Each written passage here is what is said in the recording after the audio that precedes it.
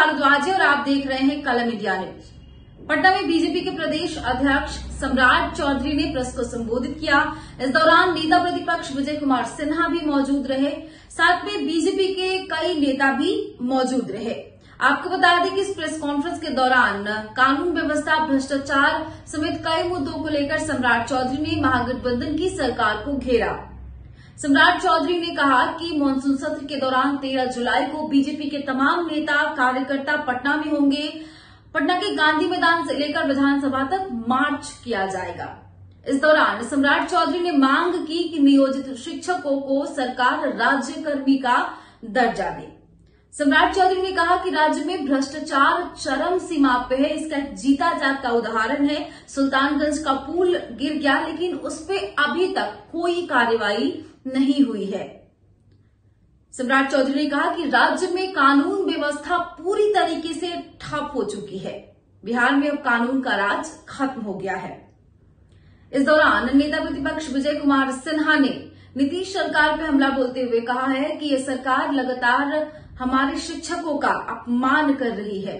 विजय कुमार सिन्हा ने कहा कि जिस तरीके से शिक्षा मंत्री प्रोफेसर चंद्रशेखर ने शिक्षकों को लेकर बयान दिया था, ये बिहारियों का अपमान है, बिहारी प्रतिभा का अपमान है। सबसे पहले आइए सुनाते हैं आपको सम्राट चौधरी और विजय कुमार सिन्हा ने क्या कुछ कहा। आज एक महत्वपूर्ण जानकारी आप लोगों के बीच में शेयर करना है। विधानसभा का सत्र 10 तारीख से लेकर 14 तारीख तक बहुत ही छोटा सत्र सरकार ने आहूत की है। यह अत्यंत ही दुर्भाग्यपूर्ण है कि बिहार में जिस तरह इतनी समस्या होने के बावजूद सरकार ने इतना छोटा सत्र बुलाने का काम किया है। लेकिन भारतीय जनता पार्टी ने निर्णय लिया है कि 13 जुलाई को हम विधानसभा मार्च पटना के गांधी मैदान से चलकर विधानसभा मार्च का आयोजन करेंगे और हमारा जो मुद्दा होगा 10 लाख सरकारी नौकरी का जवाब दो। सरकार 10 लाख सरकारी नौकरी कब तक देगी, इसका जवाब चाहिए। और जो सीईटी, ईटी, एसटीईटी और जो नियोजित शिक्षक हैं उनको बीपीएससी के परीक्षा का एग्जम्प्ट करते हुए सीधे उनकी नियुक्ति शिक्षक के तौर पर हो, इसका डिमांड करूंगा। और जो नियोजित शिक्षक हैं या शिक्षक हैं उनको राज्यकर्मी का दर्जा प्राप्त हो, इसका भी हम लोग डिमांड उस आंदोलन के माध्यम से करेंगे। इसके साथ साथ जो वित्त रहित महाविद्यालय हैं उनके शिक्षकों का भुगतान हो। पिछले 4 वर्षों से बिहार सरकार ने भुगतान नहीं किया है। और 2 महत्वपूर्ण और विषय हैं जिससे पूरी तरह बिहार में लोग त्रस्त हैं। एक, कानून का राज पूरी तरह समाप्त हो गया, अपराधीकरण हो गए। सरकार के राज्य में कोई कानून नाम का चीज ही नहीं रह गया, कोई सुरक्षित नहीं है। और दूसरा, भ्रष्टाचार। आपने देखा कि सुल्तानगंज में किस तरह ब्रिज गिरे और आज तक कोई एफआईआर तक दर्ज नहीं हुआ। 1410 करोड़ रुपया का पेमेंट हो चुका, जबकि 38% बिलों पर वो काम था। 1700 करोड़ में से 38% बिलों का काम था, तब भी 1400 करोड़ से अधिक का पेमेंट हो चुका। यह स्पष्ट झलकता है कि सरकार की संलिप्तता के आधार पर ही भ्रष्टाचार हो रहा है।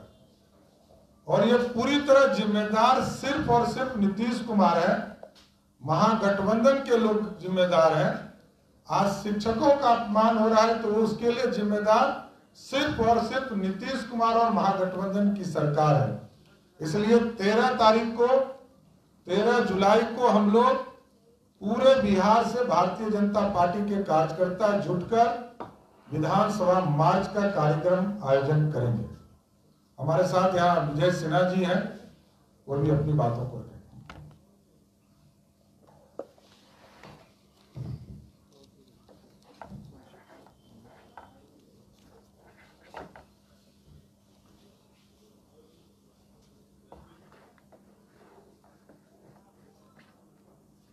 सभी प्रेस मीडिया के बंधुओं, प्रदेश अध्यक्ष जी ने जिस विषय को रखे, 13 तारीख को विधानसभा मार्च, ये कार्यक्रम बिहार के अंदर पूरी शैक्षणिक वातावरण को नष्ट करने का, एक असमंजस की स्थिति बनाने का और यहाँ के प्रतिभावान शिक्षकों का अपमान करने का जो सरकार की सोची समझी रणनीति है, और इनका जो शिक्षा मंत्री का तर्क है कि गणित का, विज्ञान का, इंग्लिश का शिक्षक नहीं, अभ्यर्थी नहीं, जो बिहार दर्जनों IAS IPS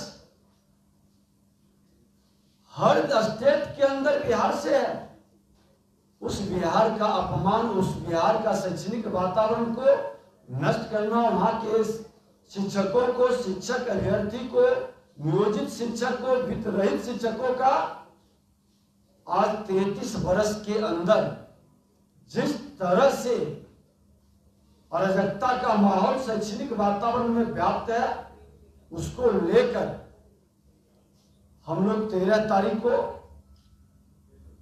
विधानसभा मार्च करेंगे। सड़क पर भी मार्च होगा और सदन के अंदर भी सरकार को जवाब देने के लिए विवश करेंगे।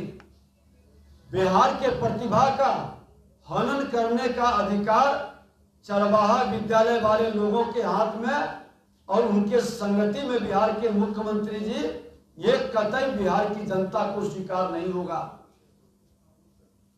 ये माहौल जो उन्होंने बनाया है, आज अपराध और भ्रष्टाचार भी चरम पर है। अभी बताइए अध्यक्ष जी ने कि 1717 करोड़ का पुल पानी में बह जाता है। पुल निगम का MD नीरज सक्सेना पर कार्रवाई करने के बजाय उनका प्रमोशन किया जाता है। जांच करने की कमेटी जो हमारे विजिलेंस निगरानी कमेटी है, उसके टेक्निकल सेल का अभियंता प्रमुख बना दिया जाता है। ये भ्रष्टाचारियों को प्रोत्साहित करने का, जिन पर अब कार्रवाई होनी चाहिए थी,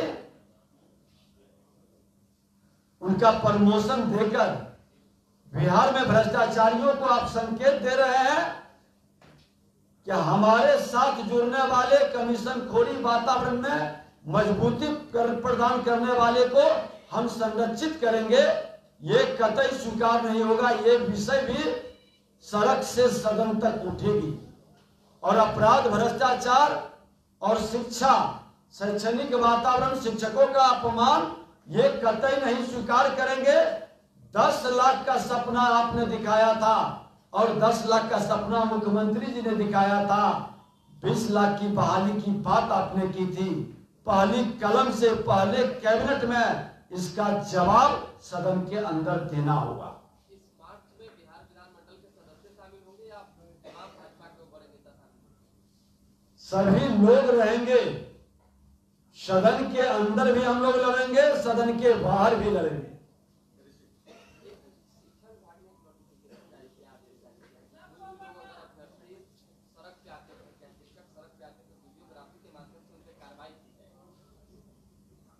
एक भ्रष्टाचार और अपराध से जुड़ा हुआ सरकार भय का वातावरण बना करके लोकतांत्रिक रूप से अपनी मांगों को रखने वाले को डराने का काम करेगा, जिस तरह से सोशल मीडिया को भयभीत करने का काम करते हैं, तो यही तो आपातकाल है। अघोषित आपातकाल बिहार के अंदर सरकार के द्वारा लगाने का प्रयास है, डराने का, धमकाने का, जेल में भेजने का।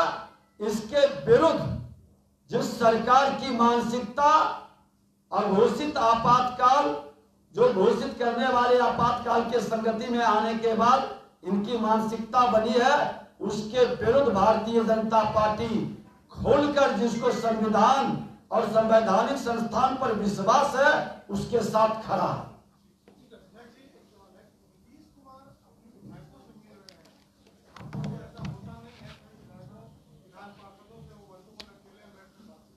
हो सकता है कि उनके विधायक उनके साथ नहीं हो, डर लगता हो कि विधायक भी नहीं चल रहे, क्योंकि जनता तो चल चुकी है, जनता का मूवमेंट तो भाजपा की ओर बढ़ चुका है। नीतीश जी को यह भी डर लग रहा होगा कहीं सब विधायक तो कहीं नहीं चल रहे, इनके पास अब कोई बचने वाला नहीं है।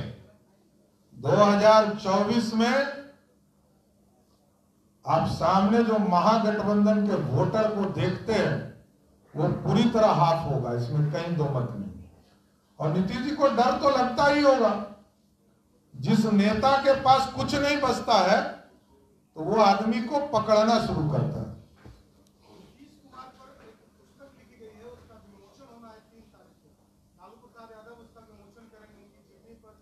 स्वाभाविक है, लालू जी ही आजकल तो ट्रेनर है ना, उनके आका कौन है?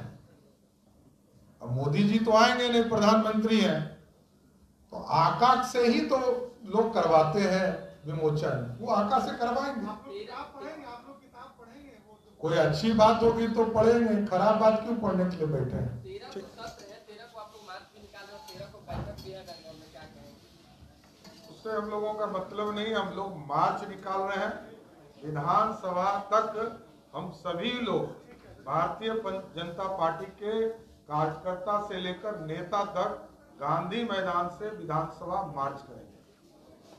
तो 13 तारीख को तमाम बिहार भाजपा के जो नेता हैं वो। नमस्कार, मेरा नाम गरिमा है। मैंने इस बार यूपीएससी की परीक्षा में ऑल इंडिया रैंक 2 हासिल की है और मैंने अपने इस जर्नी में परफेक्शन आईएएस से आंसर राइटिंग के दौरान मदद ली थी और मेंस पर फोकस करना बहुत इम्पॉर्टेंट है, बिकॉज मेंस का स्कोर ही आपको इस रैंक तक के आगे पहुंचा सकता है।